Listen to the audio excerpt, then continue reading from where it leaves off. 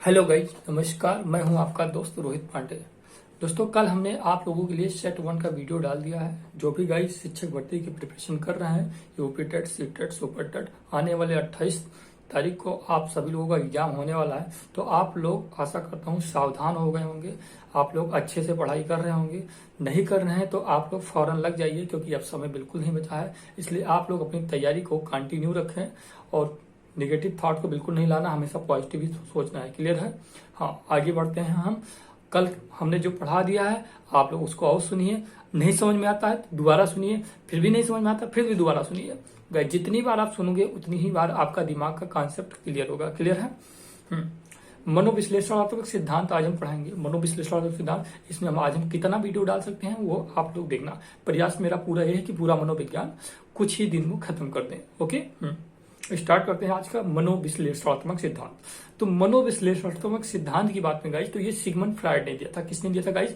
Sigmund Freud ने दिया था। अंग्रेजी वर्ड इसको, इंग्लिश टर्म में बोलेंगे इसको psycho analytical theory. Psycho analytical theory किसने दिया था? सिगमंड फ्रायड ने दिया था गाइज। इनका जन्म जो हुआ था ऑस्ट्रिया में हुआ था। कहां पे हुआ था गाइज? ऑस्ट्रिया में हुआ था। किसका? सिगमंड फ्रायड का। इन्होंने जो अपना शिक्षा प्राप्त किया था वो वियना विश्वविद्यालय, जो कि ऑस्ट्रिया, वियना विश्वविद्यालय से किया था। और संस्थापक जो थे ये तंत्रिका विज्ञान व मनोविश्लेषण, father of neurologist and psycho analysis के ये संस्थापक कहे जाते हैं। क्लियर? इनसे जो आकर्षित मनोवैज्ञानिक थे वो कार्ल जुंग थे, एडलर थे व एरिक्सन थे। जो एरिक्सन जो मनोसामाजिक विकास का सिद्धांत दिया था वो भी इनसे क्या थे? प्रभावित थे। और कार्ल जुंग भी थे, जो कि अनुभवजन्य का सिद्धांत दिया था कार्ल ने। और जुंग ने जो बताया था अंतर्मुखी, बहिर्मुखी, ये सब क्या बताया था, ये लोग भी क्या थे? सिगमंड फ्रायड के मनोविश्लेषणात्मक सिद्धांत से उससे आकर्षित थे। क्लियर है? बात करते हैं गाइस, मनोविश्लेषण है क्या? तो मनोविश्लेषण यह मनोचिकित्सक की एक विधि है जिसके द्वारा मनोचिकित्सक सिगमंड फ्रायड ने कई रोगियों का इलाज किया था। तो मनोविश्लेषण क्या है? मनोविज्ञान का एक संप्रदाय है गाइस। मनोविश्लेषण व्यक्तित्व का एक सिद्धांत भी है। इसका जो मुख्य सिद्धांत है मनोविश्लेषण सिद्धांत। आपका क्वेश्चन बन सकेगा एग्जाम में, मनोविश्लेषणात्मक सिद्धांत किसने दिया? आपका विकल्प जो मिलेगा उसमें सिगमंड फ्रायड, या सिगमंड भी मिल सकता है या फ्रायड भी मिल सकता है। तो दोनों में से कोई भी मिल सकता है। आप अपने ओएमआर में गोला कर लीजिएगा। क्लियर है? अब आते हैं गाइस, मनोविश्लेषणात्मक सिद्धांत की बात करते हैं। तो इस सिद्धांत के मुख्य रूप से 3 पहलू हैं। कितने पहलू गाइस? 3 पहलू हैं। पहला है आपका स्थलाकृत आकारात्मक संरचना, जिसमें मन की संरचना की गई है। इंग्लिश टर्म इसका ट्रोपोग्राफिकल स्ट्रक्चर है। सेकंड है आपका गत्यात्मक संरचना, जिसमें व्यक्तित्व के प्रकार बताए गए हैं। Dynamic of structural structure, English term. आपका थर्ड नंबर जो है वो गाइस मनोलैंगिक सिद्धांत, जिसमें 5 अवस्थाओं के बारे में उन्होंने बताया है। और psycho sexual development, English term इसका नाम है। क्लियर है? बात करते हैं गाइस, पहला क्या है? स्थलाकृत संरचना आकारात्मक, ट्रोपोग्राफिकल स्ट्रक्चर। इसके अंतर्गत 3 दशाएं बताई गई है। पहला क्या है? इन्होंने क्या किया था गाइस? मन की तुलना जो है बर्फीली चट्टान से की है। आप लोग बर्फ का चट्टान देखोगे, बर्फ का चट्टान यदि आपने वहां पर किसी तालाब में या कहीं पे आपने देखा होगा, रख दिया है, ठीक है, तो उन्होंने उससे की थी आइसबर्ग एनालॉजी ऑफ माइंड, मतलब उनका बर्फ का चट्टान था। तो जो ऊपर निकला हुआ भाग होता है वो गाइस चेतन होता है, और जहां पर वो बराबर होता है, जहां पर पानी उसका लगता रहता है, वो कहलाता है गाइस अर्धचेतन। और जो सबसे नीचे होता है, जो पानी के अंदर होता है गाइस, वो आपका अचेतन कहलाता है। क्लियर है? जैसे मान लीजिए आपका क्या है, यहाँ पे हम जो बोल रहे हैं गाइस, ये चेतन है, हमारा चेतन है।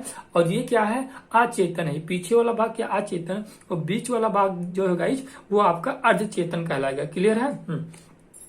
चेतन जो होता है गाइस वो हमारा 1/10 भाग सामने होता है। बाकी हमारे जितने भी होते हैं वो 9/10 होता है।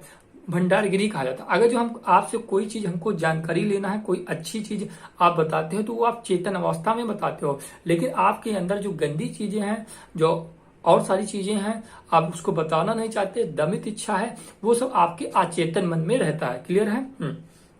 इंग्लिश टर्म की बात करें तो चेतन को बोलते हैं कॉन्शियस, जो कि 1/10 होता है। अर्धचेतन की बात करें जो कि अर्धचेतन में कुछ भी नहीं रखते। इसको क्या कहते हैं, जब कोई चीजें याद नहीं होती हम फौरन उसको याद करने का प्रयास करते हैं तो वो अर्धचेतन कहलाता है, जिसको प्री कॉन्शियस कहते हैं। अनकॉन्शियस माइंड वो होता है जो अचेतन मन में होता है। 9/10 क्लियर है। हाँ, अब आते हैं हम चेतन मन में। चेतन मन को हमने ऑलरेडी बता दिया कि 1/10 भाग होता है। यह मस्तिष्क से जागृत होता है। यह क्या होता है गाइस, मस्तिष्क से जागृत होता है। इसका संबंध वर्तमान तथा वास्तविकता से होता है। वर्तमान में क्या आपके सामने चल रहा है आप फटाफट उसका उत्तर दे रहे हैं गाइस, तो यह आपका चेतन मन में होता है। यह तात्कालिक अनुभूतियों को प्रस्तुत करता है। आपसे जो कुछ भी पूछा गया फौरन आप उसको बता देते हैं, तो यह चेतन मन होता है। क्लियर है। आगे आते हैं गाइस, अचेतन मन, अनकॉन्शियस माइंड। कटु अनुभूतियों, दुखित बातों व दमित इच्छाओं का भंडारगिरी किसे कहते हैं, ये गाइस अचेतन मन को कहते हैं। किसको कहते हैं, अचेतन मन को। कटु अनुभूतियों, कटु अनुभूति मतलब जो कुछ ऐसी बातें होती है जो आप भूलना नहीं चाहते, वो सारी चीजें आप अपने दमित इच्छाओं का में रख लेते हैं। मतलब दुखद बात जो होती है अचेतन मन में आप रखे थे, कहते कभी मौका मिलेगा तो छोड़ेंगे बम। ठीक है, तो वो सब अचेतन मन होता है। क्लियर है। आगे पूर्व अनुभवों का भंडार। आपने कोई चीज सीख लिया है, आपने यहाँ पीछे अचेतन मन में कैच करके रखा हुआ है, जब जरूरत होगी आप उसको छोड़ देंगे। ठीक है। आगे है आपका असामाजिक अनैतिक कामुक इच्छाओं का भंडार भी अचेतन मन को कहा जाता है। असामाजिक कोई चीज होता है, आप असामाजिक कार्य करते हैं तो वो सब क्या होता है, वो अचेतन मन में रहता है। अनैतिक कार्य भी, ये सब सारी चीजें आप सबके सामने नहीं रखते हैं, ये आप दबाए रखते हैं, सबको नहीं बता, ये सब सारी अचेतन मन है। कामुक इच्छाओं का भंडार, कामुक बोले तो जो काम प्रवृत्ति की भावना पाई जाती है, सेक्स वगैरह की जो इच्छाएं पाई जाती है, वो उसको कामुक इच्छाओं का भंडारगिरी कहते हैं। आगे यह व्यक्ति के नियंत्रण से बाहर होता है, यह चेतन मन के ठीक विपरीत है। यह व्यक्ति के नियंत्रण से, आपको कभी गुस्सा आ गई, कुछ हो गया, ठीक है, तो आप फटाफट जितनी भी आपके दिमाग में पीछे जो पूरी भंडारगिरी आपका रखा हुआ, आप फटाफट दागना शुरू कर दोगे गाइस। क्लियर है। तो आपका अचेतन मन में होता है। सिगमंड फ्रायड ने इसे ही सबसे महत्वपूर्ण माना। किसको माना है, अचेतन मन को सबसे महत्वपूर्ण माना है। क्लियर है। बात करते हैं गाइस अर्धचेतन मन या अवचेतन मन, सब कॉन्शियस माइंड या प्री कॉन्शियस माइंड। चेतन व अचेतन के बीच की अवस्था होती है, वो आपका अर्धचेतन या अवचेतन मन होता है। यदि कोई ही बातों का, अनुभवों का अचानक भूल जाना, अटक जाना, हकलाना, ये सब गाइस अर्धचेतन है। लेकिन प्रयास करने पर भी उन सभी बातों को याद आ जाना, प्रयास करने पर उन सभी बातों का याद आ जाना, अर्थात उन सभी बातों का चेतन मन में उपस्थित हो जाना भी, ये आपका क्या कहलाता है गाइस, अर्धचेतन। मतलब कोई चीज आप भूल गए हैं, आप फौरन उसे याद करना चाहते हैं, तो वो आपका अर्धचेतन में रहता है। क्लियर है। हाँ, ये आपका चेतन, अचेतन और अर्धचेतन हो गया, जिसको बताया गया था किसमें, स्थलाकृति संरचना ट्रोपोग्राफिकल में बताया गया था। क्लियर है।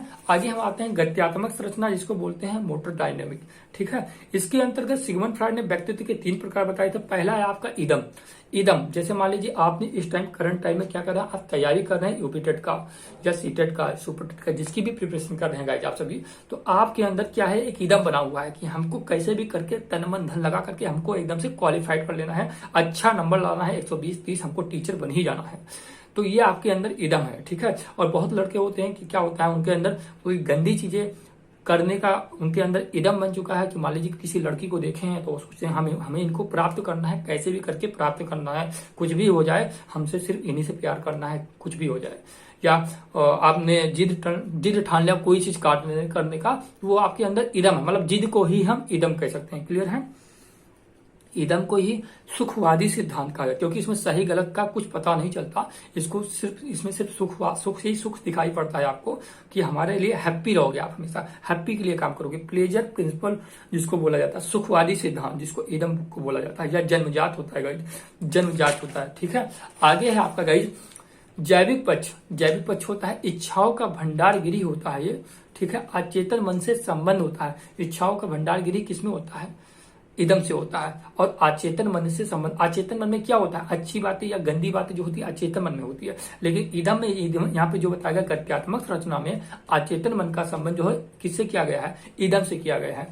अनैतिक व अपराधिकार इदम में ही होता है, क्योंकि आपके अंदर इदम बन गया, किसी को मारने काटने की अगर जो आपने जिद बना लिया है, तो अनैतिक व अपराधिकार आप जब आपके अंदर इदम बन जाएगा तभी करेंगे। पशु प्रवृत्ति की भावना भी आपके अंदर तभी आएगी जब आपके अंदर इदम बन जाएगा। काम प्रवृत्ति से युक्त, काम प्रवृत्ति वही हमने बताया था, ठीक है, कि सेक्स वगैरह से संबंधित कार्य भी आपके अंदर अगर जो इदम बन गया है तो आप प्राप्त करना चाहते हैं तो आप प्राप्त करोगे। मनुष्य के अंदर दानव भी इसी में आ जाता है, इदम के अंदर। कुसंयोजन के लिए जिम्मेदार, कुसंयोजन के लिए जिम्मेदार ये भी आपका इदम ही है। तो आप लोगों से हाथ जोड़कर निवेदन है, आप लोग जब भी इदम बनाएं एक अच्छे कार्य के लिए इदम बनाएं, ना कि किसी को मारने काटने, अपराध प्रवृत्ति, किसी को देखने सुनने, इस तरीके का कोई भी इदम ना बनाएं जिससे आपके लिए आगे चलकर नुकसान हो। इदम बनाएं हमेशा अच्छा करने के लिए, जो आपके जीवन में बहुत ही उपयोगी हो। नेक्स्ट आता है गाइज अहम। अहम को अंग्रेजी टर्म, इंग्लिश टर्म में बोलते हैं ईगो, जो कि 1 से 2 वर्ष होता है, ठीक है। इसको बोलते हैं वास्तविक सिद्धांत, रियलिस्टिक प्रिंसिपल बोलते हैं अंग्रेजी में। आप वास्तविक मतलब का सामने आपके वास्तविक मतलब आपको वास्तविक रूप से आप अपने आप को समझोगे वास्तविक रूप से क्या है, क्या चीज है। मनोवैज्ञानिक पक्ष होता है, चेतन मन से संबंध होता है। कोई चीज जैसे हमने आपसे कुछ पूछा और आपने फटाफट उसको बता दिया तो यार इसका संबंध चेतन मन से होता है। आपने गंदी चीजें जो है, जो आपके अंदर अनैतिक कार्य है, वो सब आपने अपने अंदर दबा लिया है। और मनोवैज्ञानिक पक्ष होता है, चेतन मन से संबंध होता है। ईदम तथा सुपर ईगो के बीच का संतुलन कार्य करता है कौन? आपका ईगो करता है। क्लियर है। व्यक्तित्व का कार्यात्मक कार्यपालक होता है कौन? आपका अहम होता है। Man in a man, man in a man, मनुष्य के अंदर मनुष्य, ये किसमें होता है गाइज? अहम में होता है। समायोजन की अवस्था भी आपका किसमें पाया जाता है? अहम में पाया जाता है। बात करते हैं guys third point, super ego. Super ego को हम अंग्रेजी में बोलते हैं सुपर ईगो, हिंदी में बोलते हैं परम अहम, जो कि 5 से 6 वर्ष की अवस्था में होता है। आदर्शवादी सिद्धांत किसको बोला जाता है? सुपर ईगो को। सामाजिक पक्ष बहुत ही तगड़ा होता है ये सुपर ईगो में। आध्यात्मिकता की ओर रुझान, नैतिक व आदर्शवादी बातें, अवास्तविकता से संबंधित होता है। एंजल इन ए पर्सन, मनुष्य के अंदर देवदूत, आदर्शों की अधिकता, कुसंयोजन के लिए जिम्मेदार। अब इसको आप समझ लीजिए, सुपर ईगो में क्या होता है, बालक क्या होता है, बहुत आदर्शवादी हो जाता है।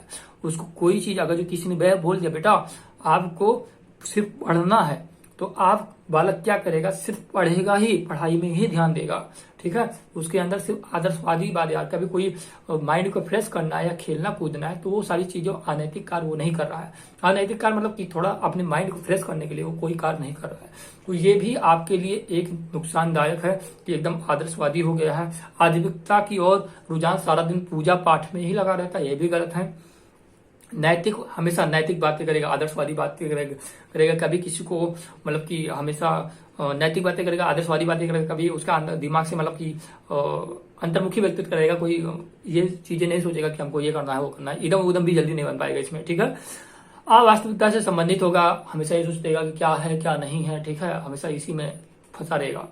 एंजल लीजिए, एंजल मनुष्य के अंदर देव रहेगा। आदर्शों की अधिकता होगा, तो ये भी कुछ समायोजन के लिए जिम्मेदार है। समायोजन के लिए जो जिम्मेदार है आपका अहम है। क्लियर है। इदम और सुपर ईगो ये दोनों नहीं है। इदम है तो आपके लिए इदम है तो इदम सबसे बेस्ट है कि आप कोई अच्छा कार्य करें, नया चीज है इदम। आप कोई भी काम करना चाहते हैं तो अच्छा काम करना चाहते तो उसका इदम बनाइए। तो इन्होंने बताया था एक गत्यात्मक संरचना। गत्यात्मक संरचना के अंदर हमने आपको बता दिया कि इदम है, अहम है और ईगो है। क्लियर है। इदम, अहम और सुपर ईगो। अब आगे आते हैं गाइस, हम ये समझते हैं इदम से अहम की उत्पत्ति होती है, इदम से अहम की उत्पत्ति तथा अहम से परा अहम की उत्पत्ति होती है। इदम और परा अहम एक दूसरे के गाइस क्या है? विपरीत है। अहम इन दोनों के बीच संतुलन स्थापित करता है, जबकि एक व्यक्ति अपने संपूर्ण जीवन में कभी इदम तो कभी अहम तो कभी परा अहम का प्रदर्शन करता है। क्लियर है। इदम का संबंध जो है गाइस पहले हमने बता दिया, लेकिन फिर से बता रहे हैं, इदम का संबंध आपका सदैव अचेतन मन से होता है। सेकंड पॉइंट है अर्ध चेतन का संबंध परम अहम से होता है। थर्ड पॉइंट है आपका पर अहम का संबंध चेतन से होता है। गाइस यदि आप लोगों को समझ में नहीं आ रहा है तो इस ऑडियो को एक बार पुनः सुनिएगा, ठीक है, और एक दो बार तीन बार सुनेंगे गाइस, आप साइकोलॉजी मास्टर हो जाएंगे। क्लियर है। फिर आते हैं सिगमंड फ्रायड ने 2 मूल प्रवृत्ति बताई है। कितने? 2 मूल प्रवृत्ति बताई है, जबकि आपके मैकडूगल साहब ने 14 मूल प्रवृत्तियां बताई थी और सिगमंड फ्रायड ने 2 मूल प्रवृत्ति बताई है, जिसको एक भाग बोला जाता है जीवन मूल प्रवृत्ति, जिसको बोलते हैं जिजीविषा। दूसरा भाग बोलते हैं मृत्यु मूल प्रवृत्ति, जिसको बोलते हैं मुमूर्षा। तो जीवन मूल प्रवृत्ति को क्या बोलते हैं? जीवन मूल प्रवृत्ति को गाइज अंग्रेजी में बोलते हैं इरोज। क्या बोलते हैं? इरोज। जिसमें काम प्रवृत्ति लैंगिक पाया जाता है तो इरोज बोलते हैं। और जबकि थैनेटोज किसको बोलते हैं? मृत्यु मूल प्रवृत्ति को बोलते हैं, मुमूर्षा। क्या बोलते हैं गाइज? मुमूर्षा। इसको हम बोलते हैं गाइज थैनेटोज। ठीक है। क्रोध, हिंसा, ईर्षा, ये सारी और निराशा, ये सब जो होती है गाइज थैनेटोज में होती है, तभी इसको मृत्यु मूल प्रवृत्ति कहा गया है। क्लियर है? एक होता है गाइज लिबिडो। लिबिडो क्या होता है? काम प्रवृत्ति की ऊर्जा को लिबिडो कहा जाता है। यदि कोई बंदा है, ठीक है, उसके अंदर क्या आ गया? काम प्रवृत्ति की एकदम भावना आ गया कि भैया हमको ये करना है, क्या करना है? सेक्स करना है। ठीक है। तो उसी को सिगमंड फ्रायड ने क्या कहा है? लिबिडो कहा है। क्या कहा है गाइस? लिबिडो कहा है। आगे आपका ऑडिपस और इलेक्ट्रा ग्रंथि। ऑडिपस और इलेक्ट्रा ग्रंथि के बारे में सिगमंड फ्रायड ने कहा है ऑडिपस जो पाया जाता है लड़कों में पाया जाता है। किसमें पाया जाता है गाइस? लड़कों में पाया जाता है। जो कि ऑडिपस और इलेक्ट्रा ग्रंथि के बारे में हम बात कर रहे थे, तो ऑडिपस ग्रंथि जो पाई जाती है वो लड़कों में पाई जाती है, जिसके कारण वो माँ के प्रति उनका प्रेम होता है। इलेक्ट्रा ग्रंथियां वो लड़कियों में पाई जाती है, जिसके कारण उनका पिताजी के प्रति ज्यादा प्रेम होता है। क्लियर है? आगे स्वामोह या आत्म प्रेम। क्या है गाइस? स्वामोह या आत्म प्रेम, जिसको अंग्रेजी में नर्सिज्म कहते हैं, सबसे ज्यादा होता है। ठीक है। शैशवावस्था में ये पाई जाती है। शैशवावस्था में स्वामोह या नर्सिज्म बोलते हैं, ये शैशवावस्था में ज्यादा पाई जाती है। इसमें बालक को कहीं एक बालक था जिसका नाम नर्सिज्म था, और उसको कहाँ ले जाया गया? नदी के किनारे। अब नदी में क्या हुआ? अपना फेस देखते देखते क्या हो गया? अपने फेस देखते देखते वो वहीं पर उसकी डेथ हो गई, जिसके कारण इसको बोला गया नर्सिज्म। तो स्वामा या आत्मप्रेम सबसे ज्यादा किसमें पाई जाती है? वो शैशवावस्था में पाई जाती है। शैशवावस्था में जो कामुकता जन्म से ही पाई जाती है, ये किसने कहा था? फ्रायड ने कहा था। और मतभेद किया किसने? कार्ल जूंग ने इसका क्या किया? विरोध किया। तो यहीं पर खत्म करते हैं ये वाला सेट। ठीक है। आगे फिर नेक्स्ट वीडियो में बता रहे हैं आपको।